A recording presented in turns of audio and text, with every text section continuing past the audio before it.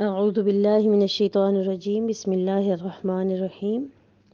الحمدللہ آج سورہ کہف کی ابتدا کریں گے انشاءاللہ۔ آیت نمبر 1 سے لے کے 8 تک آپ لوگوں نے اس کی تلاوت سنی۔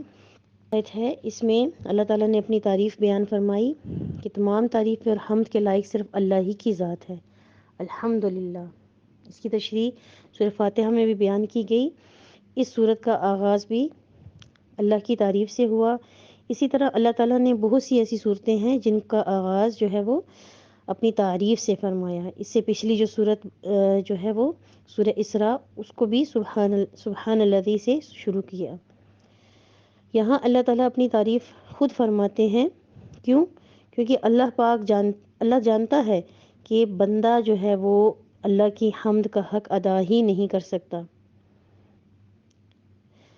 بندہ تو کیا، نبی پاک صلی اللہ علیہ وسلم دو جہان کے سردار، وہ فرماتے ہیں کہ اے اللہ، میں آپ کی تعریف کا احاطہ نہیں کر سکتا، آپ ایسے ہی ہیں جیسے کہ آپ نے اپنی تعریف خود فرما دی۔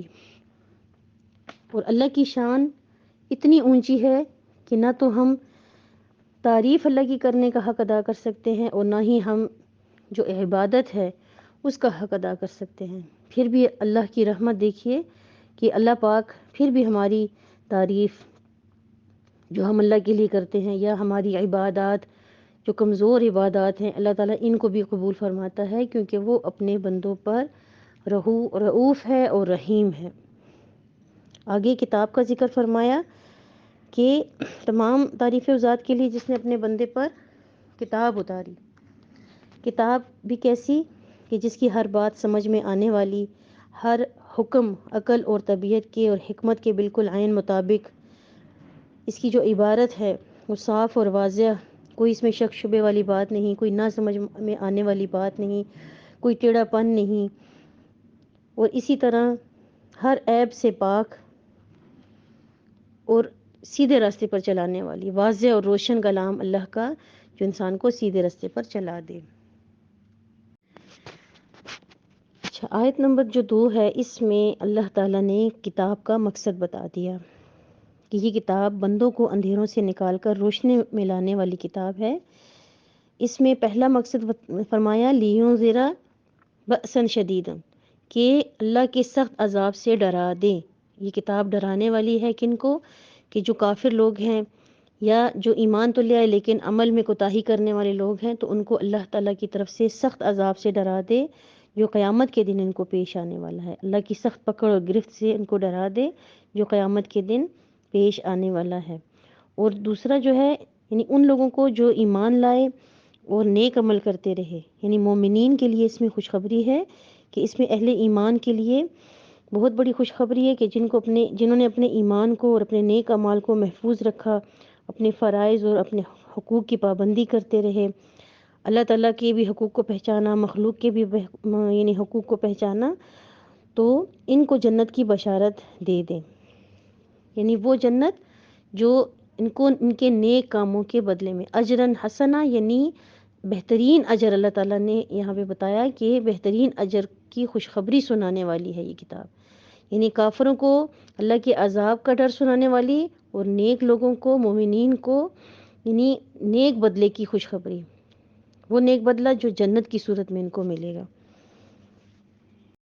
آیت نمبر 3 جو ہے اس میں بتایا کہ اس جس جنت کی بشارت جو ہے وہ پچھلی آیت میں دی گئی، وہ کیسی جنت ہوگی، کہ اس کی نعمتیں کیسی ہوں گی کہ ہمیشہ ہمیشہ رہنے والی، اور وہ ہمیشہ ہمیشہ اس میں رہیں گے، کبھی نہیں نکالے جائیں گے۔ یہاں تو جو ہمارے گھر ہیں، آج ہم اس گھر کے مکین ہیں، کچھ سالوں کے بعد جو ہے ہم یہاں پر نہیں ہوں گے اور مکین بدل جائیں گے۔ ہم نے دیکھا کہ جن گھروں میں ہم موجود ہیں، اس سے پہلے ہمارے باپ دادا رہتے تھے، آج ہم ہیں، کل کو ہماری اولادیں اور پھر ان کی اولادیں ہوں گی۔ تو آج جو ہے ہمارے گھر بھی ہمارے اپنے نہیں، یہ نعمتیں بھی ساری جو ہیں یہ فانی ہیں، یعنی دنیا کے سب گھر عارضی ہیں، سب نعمتیں ختم ہونے والی ہیں۔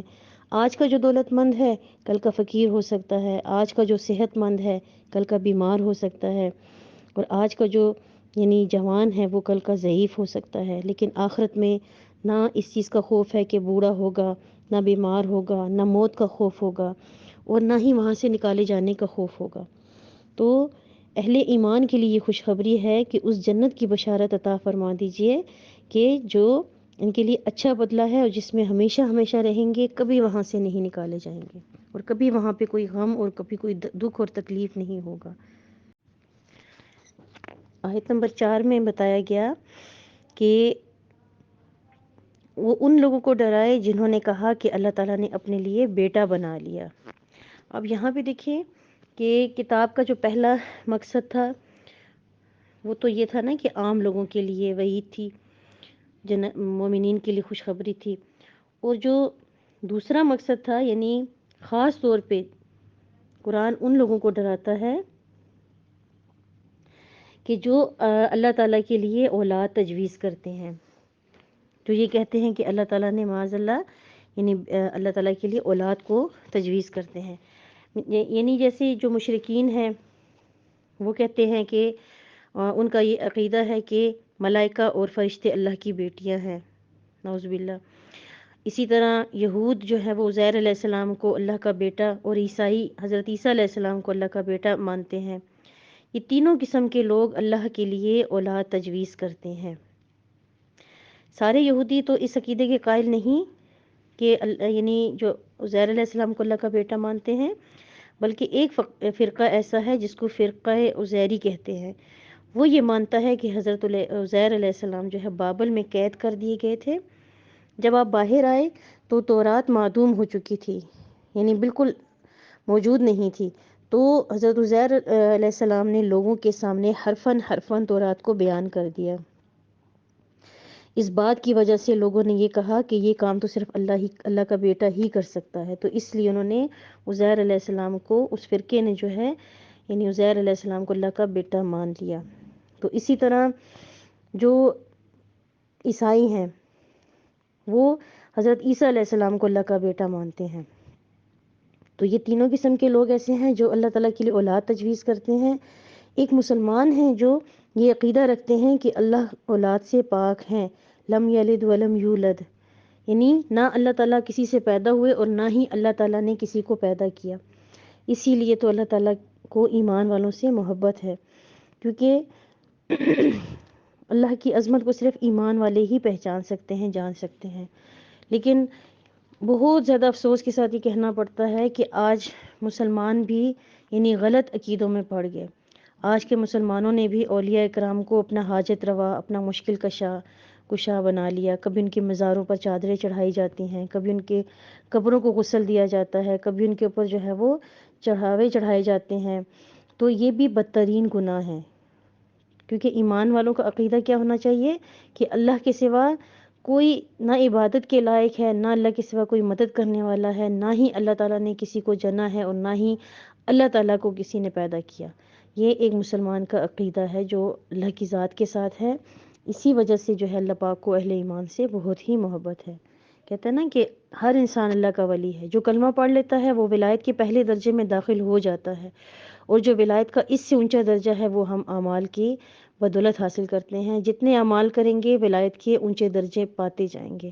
تو پہلا جو درجہ ہے نا اللہ کے ولی ہونے کا، اللہ کے دوست اور محبوب ہونے کا، وہ ہر اس شخص کو مل جاتا ہے کہ جو ایمان رکھتا ہے، جو کلمہ پڑھتا ہے، جو اللہ کی ذات پر ایمان لے کر آتا ہے اور شرک سے اپنے آپ کو بچاتا ہے۔